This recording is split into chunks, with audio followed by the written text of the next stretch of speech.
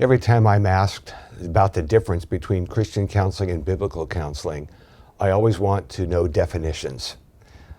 So if we mean by Christian counseling using secular paradigms and then adding Bible verses, I'm not a big fan of that approach.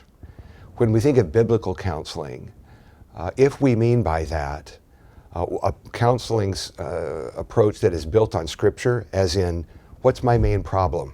Sometimes a person coming for counseling thinks their main problem is their family or their spouse or their child. And biblical counseling begins with the person. It acknowledges that any true change is heart change, that life doesn't just happen to us. We're active participants. Our hearts are active.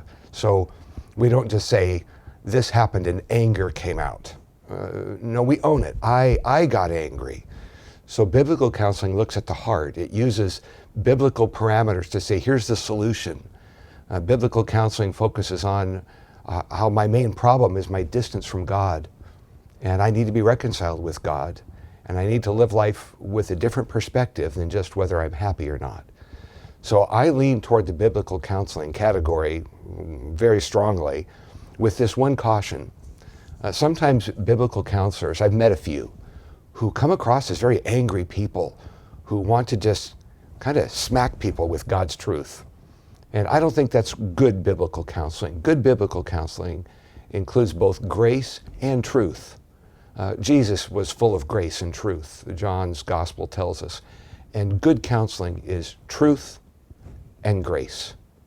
I like that category.